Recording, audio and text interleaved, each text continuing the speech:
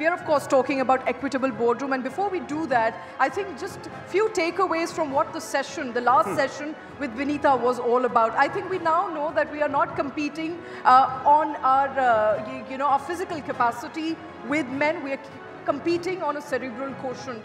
We are talking about how women need to push the boundaries, but also must have a conducive environment to operate in and to grow in. All right, but at the same time, ladies and gentlemen, it's also important to note here, sorry for the technical glitches. Let's call upon our next set of panelists. Calling up on stage, a loud round of applause for Menika Goruswamy, Senior Advocate at the Supreme Court of India. Ma'am, please. Pallavi Shroff, Managing Partner at Shardul Amarchand, Mangal Das and Company. A very warm welcome on the dais, ma'am. And Rituparna Chakraborty, who's a co-founder at Team Lease Services. And let me call on stage Dr. Srinath Sridharan once again back to moderate this session. Thank you so much, sir. Over to you. There you go, sir. Hi, good afternoon. Thank you for being there. And I always say it makes a moderator's life sound very beautiful when you have experts around. All I have to do is ask the right question, appear, I have to smile, and appear intelligent. This is one such occasion where I'm going to appear super intelligent because three of you are going to make my life easier. A topic where I want to be slightly, I think, not run-of-the-mill conversation about equitable boards, because almost in every conversation around gender, equality, equitableness, we always say the nice things, the right things, and we exactly do the opposite the moment we're out of this door. And I want to speak about that. The context of equitableness is not just about gender. It is also about what we are now seeing of late about diversity of talent, about age is becoming a barrier, both being young, being old. I mean, both are cutting corners. And we're also seeing echo chambers evolve on corporate boards.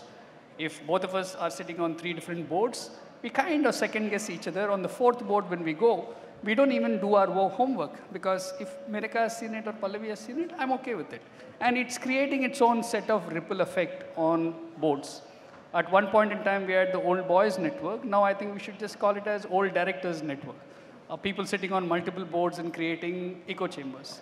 So all these are also part of what should be an equitable boardroom. And I want to speak about where we have made a lot of progress in the Indian corporate world. 17.6% of boards in the Nifty 500 companies are women. But I'm kind of embarrassed. When are we going to get to 50%? What stops the government, SEBI, to say, come 2027, the top 500 listed entities should have 50% women? And the usual pushback from male are, the filter is very low at the top, we don't have enough women. I mean, the usual excuses and pretexts. So I want to talk about all of those. We are not bringing conversations about, I think, work experience today in the conversation of boardrooms. We should speak about it. And also I want to speak about the most controversial one that we are facing, the startups culture. India is suddenly booming to be a startup nation, and we will have mishaps and crises to start off with. If you compare it to the proportion of corporate India and the mishaps it has had over the last 75 years, this is nothing. It's so what are those learnings when we bring context to the overall equitableness? So what we will do is we'll go around each of you for your views and come back to some questions I have. But before that, I want to do another kind of equitableness for this particular conference. I noticed that typically people who are speaking on the stage get all the attention. But I want to call upon the unsung sheroes and heroes here. I think all of those at the back end producing this conference, I think deserve a huge round of applause. Amount of logistics that has happened to, again, make all of us look nice. So thank you, everybody there. I think thank you for making this. So with this, Pallavi, I want to go back to you for your observations. Yeah. I think boards of companies have come a long way.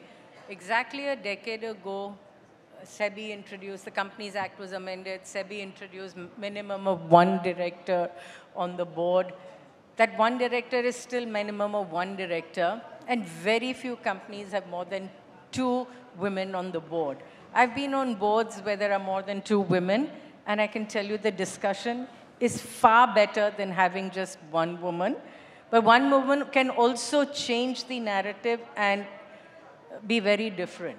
So from the usual homogenized sort of approvals that men look for, somebody is on the board and asking 1,000 questions. It starts initially by saying, oh my God, now I'm an independent director. I have obligations, duties under law, so I have to perform. But once you start digging a little deeper and deeper into what companies do, some of these questions will start coming naturally to you. And I think you've been on 1 board. When you come on a 2nd board, it's much better.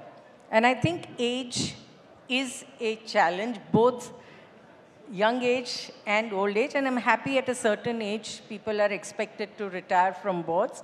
I'm pretty happy with that. They can be around in the company in various capacities, and they're better used there. I think where it's a challenge is when people are younger, in their late 30s and early 40s, when they're ready to be on boards because they have the experience, they have ideas, they have the ambitions, but they're considered to be too young.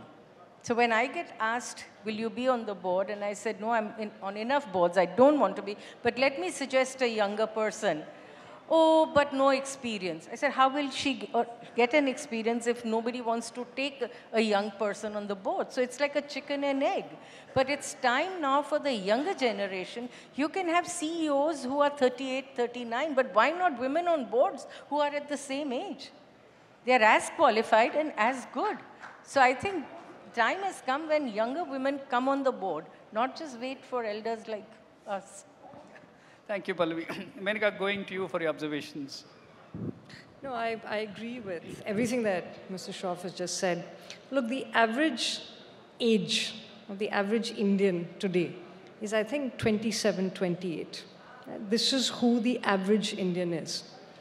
You know, so that is a far changed conception of what it means to be Indian, as opposed to who is a decision maker in India. So I completely take on board your point that boards not only need to have younger people in more numbers, but I also think that boards need to have younger people for just sheerly that different worldview, which is India today. And that is what is dramatically different about a country like India from, say, old Europe or America, because you have this demographic advantage. And you have to be able to understand that demographic advantage by having younger people on it, who also have that kind of skill set of seeing how, you know, the modern corporate unit exists. And what are those markets? What is, as lawyers, well, what can you imagine for regulations to be for this new market? Because if this young Indian is the consumer, then that market looks entirely different from a market standpoint of a consumer being 55 years old. So, you know, for just so many reasons, of course, you know, there is that wonderful moral reason for equality, right? And we call it the Constitution of India, which actually speaks to these conceptions of India being a more equal society, a more diverse society, a society with more dignity, but also a society with a different rational sensibility, which we're supposed to adopt post-1950. So there are many good reasons to have a diverse boardroom. Sure. So coming to you, Ritu, I mean, you sit on boards, you've been an entrepreneur your life, and you've seen also the boardroom composition and the average age change. And picking on what Pallavi spoke about, the concept of retirement. I mean, one would wonder for a population of India, what is the right retirement? And I always call it the Maranda Syndrome. None of us feel that we should retire. Somebody else should retire. So how do you bring that concept in the boardroom? Okay, good to be here. I hope after those exciting sessions before us, people are ready for something of this sort. But anyway, I'll speak more from my personal experience. I've spent most of my youth.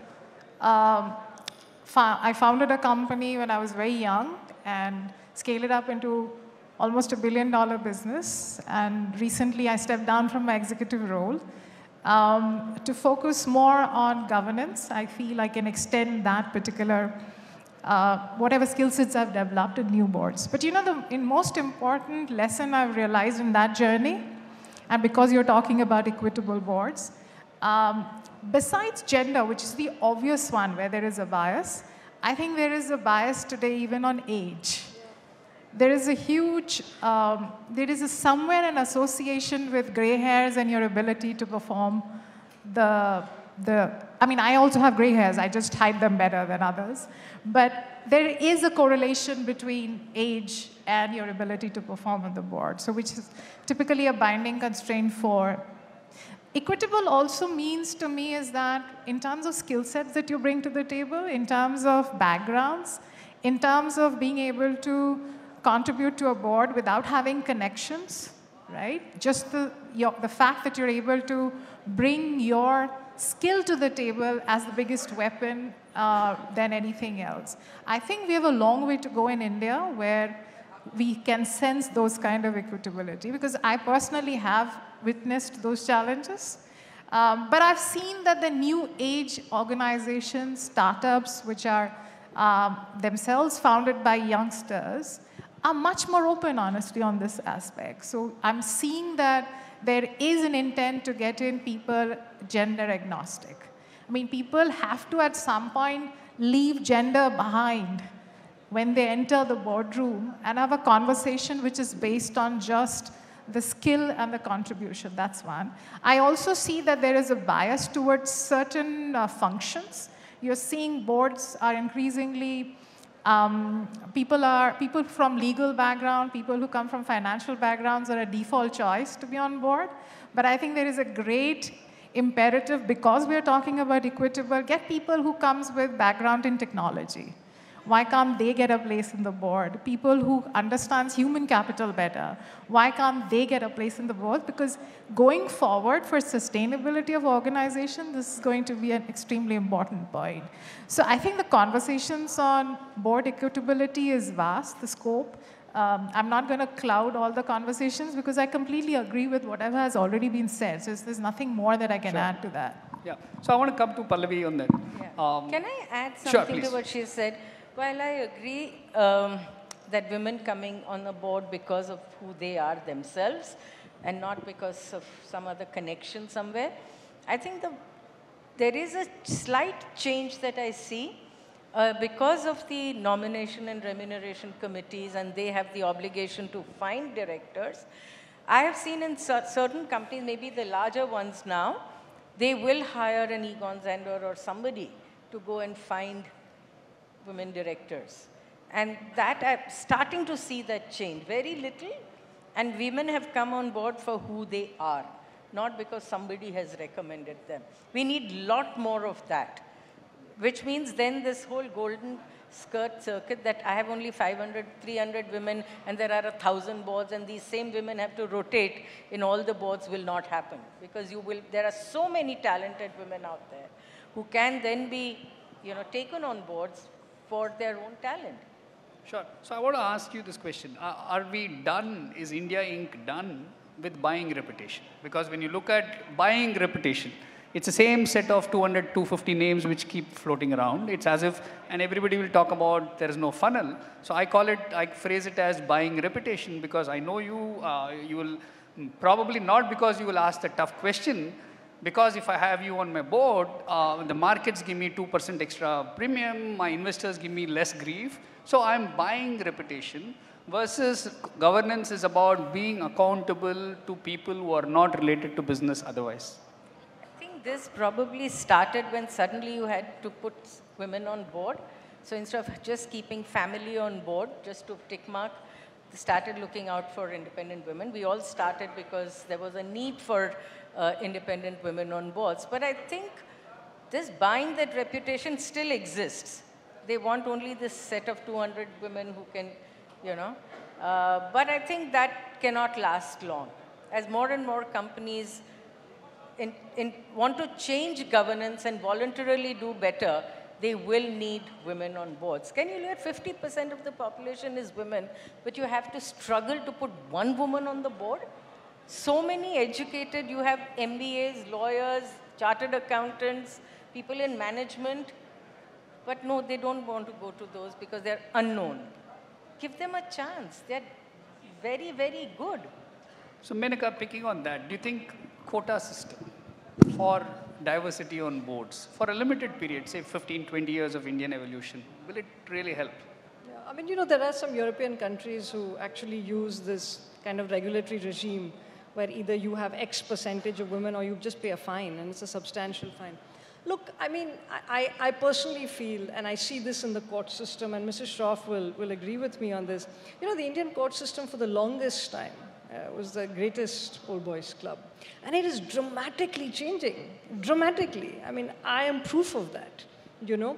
And the wonderful thing about the court system and litigation is there isn't a quota as litigators, you know. You just need to be able to attract that work, and of course, you know, that's the challenge. And then, you know, your reputation and your quality will see you through. So I'm not big on more quotas, you see, because with the amendment to the Companies Act, which necessitated at least one woman director, now you have 720 NSE companies that have one woman director on them.